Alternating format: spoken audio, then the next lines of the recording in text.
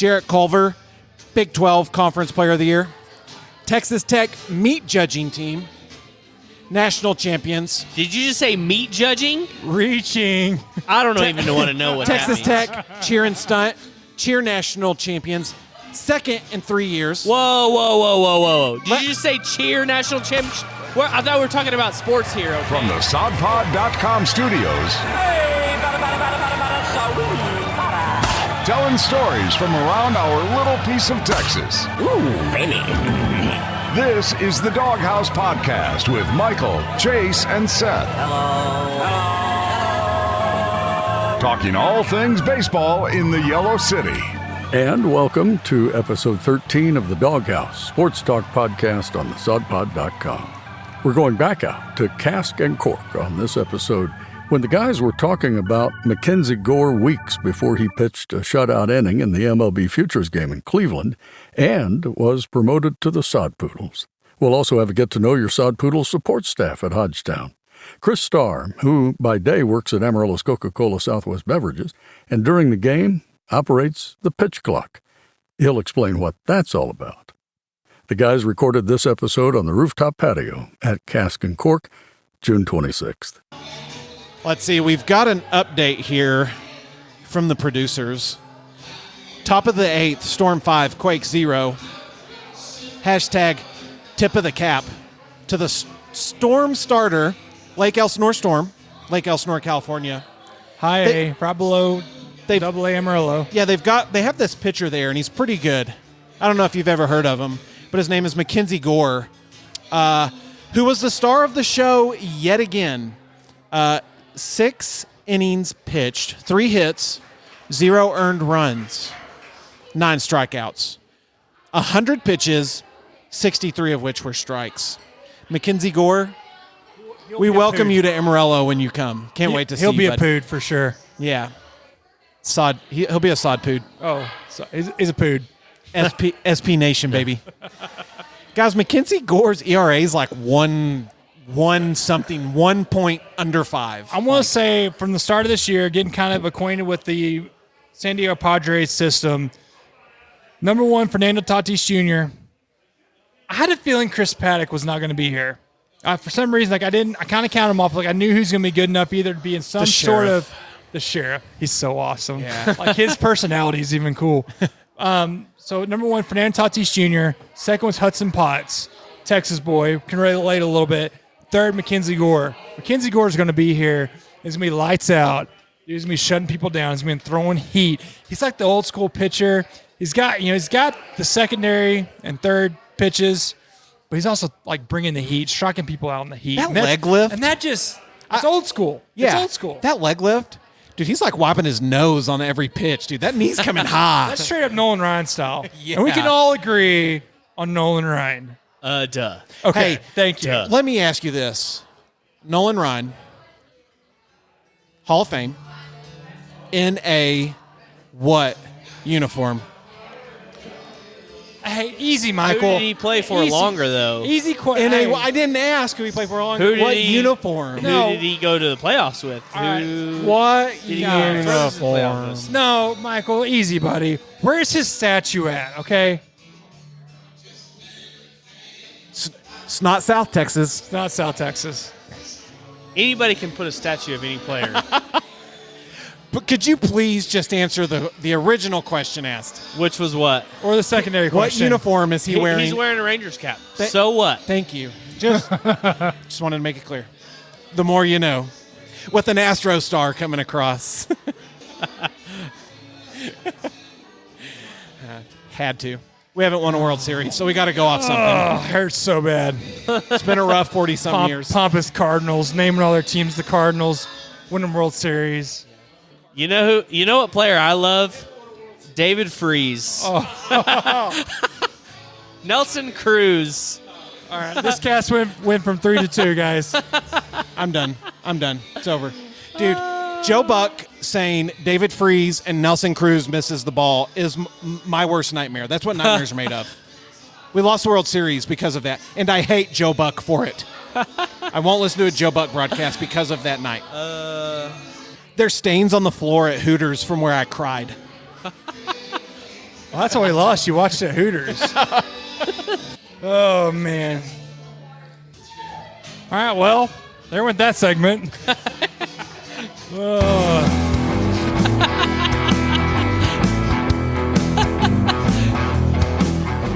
We are here at Cask Cork here in Amarillo, Texas. If you have not been to Cask Cork, you are missing out. We're on the patio right now, so just a perfect atmosphere here on the patio. Don, tell us a little bit about Cask Cork. You know, we're blessed. We've got a fantastic physical plant here out on the edge of what we call Perry World. Large restaurant, 2 dining rooms, 2 big bars, a lot of private space. I know when we first opened, we kind of had a reputation of being a fine dining restaurant. Couldn't be anything further from that. We've got high quality food, but I like to call it fun dining, not fine dining. If you want to come out in shorts after playing some golf, come out, have a cold beer. You want to come and have a nice steak and celebrate with your wife on your anniversary, we can pull that off too. But nobody has to be fine about it. We'll just have fun, drink, have some good adult beverages, eat a big ribeye steak, kind of what Amarillo's all about. You know, I want to be everybody's headquarters. Everybody needs a place to call their own. We've got lots of great restaurants around here in this area, and I think we should be visiting all of them, especially our hometown restaurants. But I want you to start here. If you want to go hang out at Yellow City Street Food and have a sandwich later on, go do it. But this needs to be your headquarters. Come in here, have a great Philly steak sandwich, have a ribeye, have a bison. New menu is going to drop in a couple of days. We've got some nice summer additions. Our bison's one of our popular items. Comes with a chipotle aioli, but we're actually going to add a red onion and cherry chutney that's going to make it more summer. We're going to add a bunch of new pizzas and flatbreads. I've got friends in town that own Fire Slice. A couple of their ex-chefs work for me. I think we ought to have some of the best pizzas in town if they learned how to make them from Cody over there. So, you know, a lot of good stuff going on. And We've talked with Cody. Yeah, Cody's been on the podcast as well. We're going to make sure he hears this. You know, great love for Cody. I would say, did you guys get a word in edgewise? I mean, we sat and talked for several hours with Cody, and we had a great time. He knows baseball, knows beer, he knows pizza. Yeah. Well, I mean, if you look at both of us, we're not thin. You should never own a restaurant and be skinny. So if you come here and you see the guys that are cooking and you see me, you'll know the food's good. And then there was the segment where Michael and Seth piled on Chase. Texas Tech. Patrick Mahomes, NFL MVP. Red Raider basketball national championship game. NCAA AP Coach of the Year, Chris Beard. Jarrett Culver, Big 12 Conference Player of the Year. Texas Tech meat judging team, national champions. Did you just say meat judging? Reaching. I don't even want to know what Texas Tech cheer and stunt, cheer national champions, second in 3 years. Whoa. Did you just say cheer national champions? I thought we were talking about sports here, okay? Let me finish. Sports. Texas Tech Palm Squad, national champions. Felicity Maltby, pardon me if I'm wrong, Big 12 Conference Women's Tennis Player of the Year. Texas Tech Track and Field and Cross Country men's national champions. Divine O. That's what we're going to call him. The fastest sprinter in college history. That would be him. Divine O. I don't want to butcher your name, Divine. Big 12 Conference Baseball Coach of the Year. Josh Young, Big 12 Conference, drafted 8th by the Texas Rangers. Texas Tech University Baseball College World Series Final Four. Jarrett Culver, drafted number 6 overall. Josh Young, again, drafted number 8. Texas Tech University School of Veterinary Medicine, announced, right? And then Kirby Holcutt, Best Athletic Director in College Athletics. Hold on. Let me go to the next page. University of Oklahoma. Apologize, but here's the bullet point for OU. Has another transfer quarterback. That's all I've got. Wow. Did you say meat judging? I heard meat judging. And all I heard was like a whole lot of academic stuff. I didn't hear very many sports in there. I heard like something about veterinary school and That was the last one. like the cheer team, like the spirit squad, or like It's not that's, math club, chess club. Yeah, Tech's really good at all that stuff, is what I heard. Yeah. So. Underwater basket weaving. We like to stir the pot because Who won the Tech OU game? I don't know. Football. Honestly, I don't know. OU. Okay. Yeah. It's the best. The safe answer is always OU.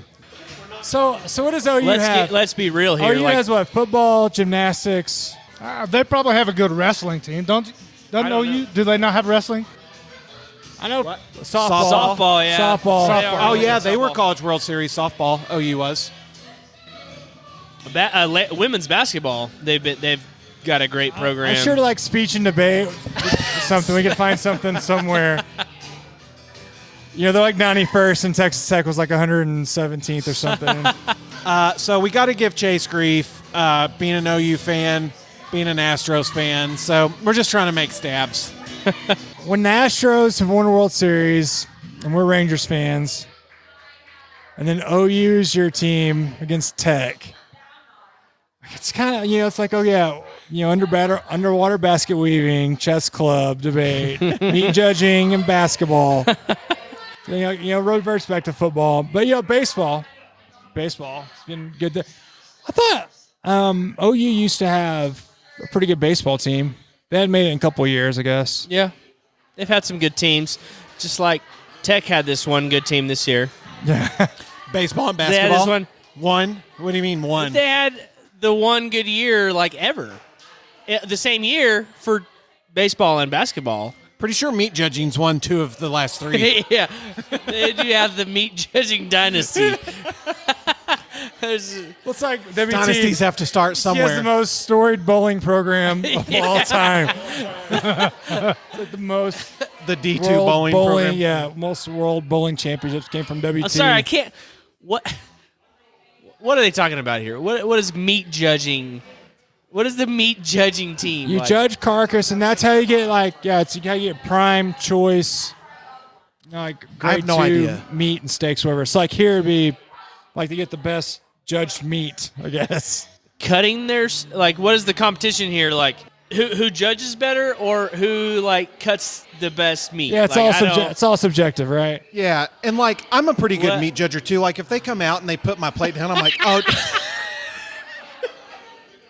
I love it when a plan comes together. The plan was for Michael to say he's a good meat judger. He's a good judge of meat. Sir, this is a filet and I ordered a ribeye. Is where I was going with that. Good times. Oh man. WT had a pitcher go in the 10th round. It was the highest pick for. We've got to give this kid credit. I got to find it. There were 2 or 3 guys drafted from WT this year. I believe he was the highest draft pick in Lone Star Conference history, I think. The pitcher? Yeah. I don't. There was at least 2 or 3 that I saw. They've been putting a good product on the field for a couple of years now. Yeah, so Corbett was taken in the 10th round by, drumroll, the Rangers. Right-handed pitcher, Joe Corbett. Joe, congratulations, man. Putting the Panhandle on the map again. Do believe he was an Oklahoma native. So, 295th overall pick in the 10th round. Edmond native becomes the 4th buff selected in the MLB draft. So one of the most dominant pitchers that WT's ever seen. Put the program on the map, carried them. I mean, that dude had an arm for sure. Before the Sod Poodles came, some of the best baseball you could see in the area was WT.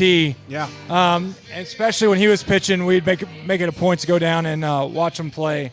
The 4th highest selected in league history, behind Tarleton's Mike Rodriguez in 1996. He was a 6th round pick by the Toronto Blue Jays. So really impressive. Some D2 baseball making a showcase in the show. So that's awesome because for those of you who don't know, West Texas A&M University is in Canyon, Texas, which is just 15 miles south of Amarillo, where the Sod Poodles play. And Joe Corbett from Oklahoma, small town in Oklahoma, went to WT Division II school and will be playing for the Texas Rangers. So he should make his way back to the Panhandle if all goes well, playing for the AA affiliate of the Texas Rangers, the Frisco Rough Riders. Yeah, it's like I said, Tech's really picking up their program, WT as well. It's it's what happens when you get facilities in place. What kind of players it draws out. We've recruited a guy from Clemson, a couple local guys went to play for Tech, came back. We're getting a lot of recruits coming back to WT. Beautiful stadium, beautiful field, beautiful little town, and so it's definitely a quality product they're putting out there. OU, Chase, did have 4 Sooners go in the draft. The 8th round, the 18th, and 19th, and the 23rd. So, WT had Corbett go sooner than 3 OU players. Just throwing it out there. 18th round, 19th round, 23rd round. WT had a 10th rounder. Just letting you know. Facts are facts, my friend. Still got football. It's not even fun because Chase, he just takes it with a grain of salt.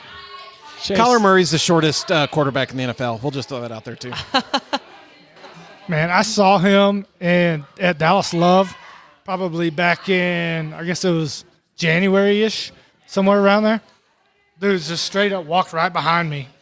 Went to the Chick-fil-A line, is just standing there. And, I mean, he's a full, probably half head shorter. He's a little guy. But he's a hell of an athlete, so. Hope he's got a good line there in Arizona. Led by who? Who's coaching him this year in Arizona? The Texas Tech football cast-off. Former NFL player cast-off, Cliff Kingsbury. Did he play in the NFL? Yeah, for the Patriots, bro. Cliff Kingsbury has a Super Bowl ring. Oh, brother. Come on. Fact check me. I dare you. Everyone, Andy's shaking his head, yes. So you want to hear the best NFL story that I've heard in a long time? My best friend growing up in high school played football at WT. One time WT got really well in 2005. Dalton Bell was the quarterback. It's kind of put WT program on the map for football. Dalton wasn't drafted, but he definitely played on a couple teams. And he played for the Panthers, Green Bay. And that wide receiver from WT and him played for Charlie Martin. Yeah. We went to a Children's playoff game the other day.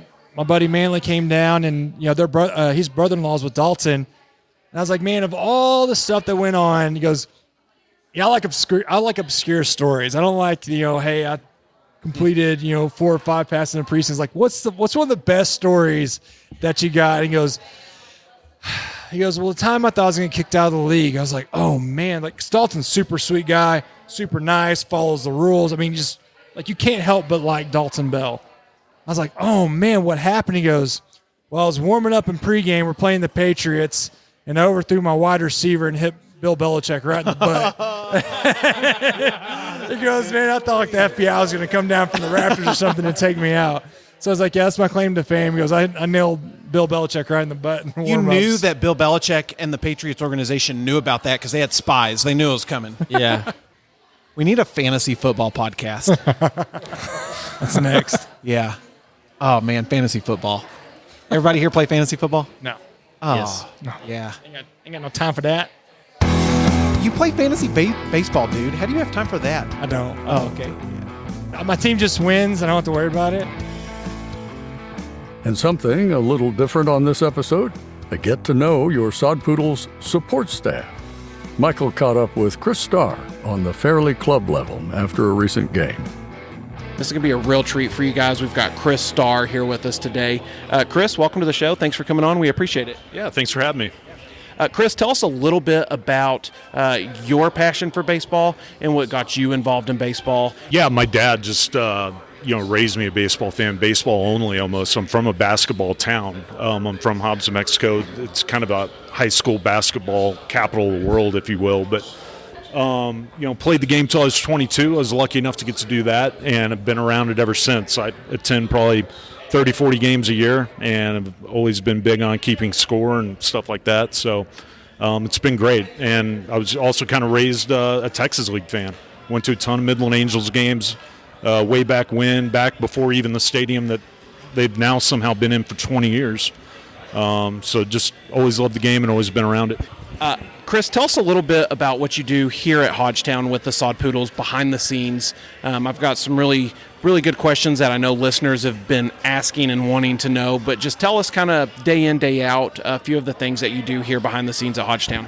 Sure. So I actually auditioned to be the PA announcer and thrilled to death that I didn't get it. That gig is ridiculously hard. But I offered my services as a scorekeeper initially, and I was getting 6 or 7 dates, and I wanted to come to as many games as possible. And it's one of those things where, they threw out the pitch clock to me. That got me an extra 10, 15 dates. Some of our listeners have asked about the pitch clock. That's something fairly new to minor league baseball. And tell us the reason behind that pitch clock and what that pitch clock means when it comes down to zero. Just tell everybody what MILB is trying to do there. Sure. I think it's what Major League Baseball is trying to do, but so it's actually called pace of game. That's what the job is called. So when you walk into the press box, there's going to be 3 or 4 different binders. One just says official scorekeeper, and then one says pace of game. But basically, they are trying to speed up the game. To me, I don't think you're going to create new fans by moving a 3-hour and 15-minute game into a 2-hour and 49-minute game, but that's just me. But and I had questions too. Up until opening night, I didn't know, being a big college baseball fan, Texas Tech used it this year. The D1, the major Division I schools used it. So basically, there's 4 different settings. There's a 2-minute and 25-second one for in-between innings. That starts the second. The third out is made. We hit the clock. And that's also used for pitching changes. And then you got 15 seconds, 20 seconds, and 30 seconds. So nobody's on, 15-second clock in between pitches. And that 15 seconds starts the second the pitcher has the ball and he's on the dirt. 20 seconds if there's runners on, and then 30 seconds at the end of a play. So let's say ground out, you got 30 seconds. So you're probably wondering why the clock isn't on every pitch. Any dead ball, hit by pitch, foul ball, home run, ball leaves the field, no clock. Trying to think, and anybody calls timeout, no clock. And then also on that, you really have to keep an eye on the home plate ump and the crew chief. I saw it last night. The crew chief was at first base. They'll wave it off at their discretion. So, guy asks for time or guy steps out or they even get close. So you'll see it sometimes. They'll get down to 3 seconds and he'll just, call it off. So hopefully that answers the questions you guys have been getting. Thank you for that, Chris. I challenge everyone, when you're at your next Sod Poodles game, take a look at the umpires and look at them communicating with the guys upstairs in the press box. It's not an easy job by any means. The press box isn't located in an ideal position for communication, I don't believe. I don't think it's located in an ideal position to watch balls and strikes.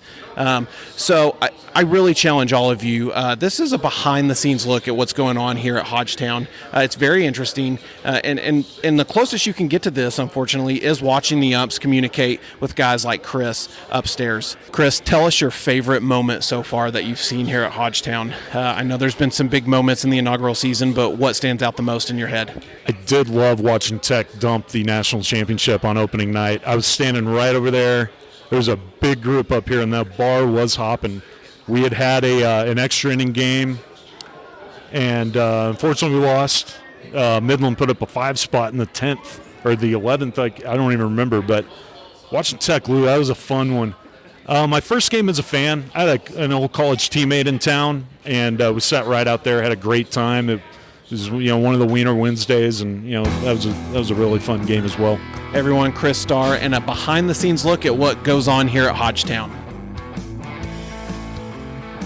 Well, that's all for episode 13. We'll have more from our recording session at Cask Cork coming soon. Topics including best food at Hodgetown, first half champs, the Saudis All-Stars, and home run hitters. Be sure to subscribe wherever you enjoy listening to podcasts and never miss a new episode of the Doghouse Sports Talk Podcast, talking all things baseball in the Yellow City. The SodPod.com studios. Telling stories from around our little piece of Texas.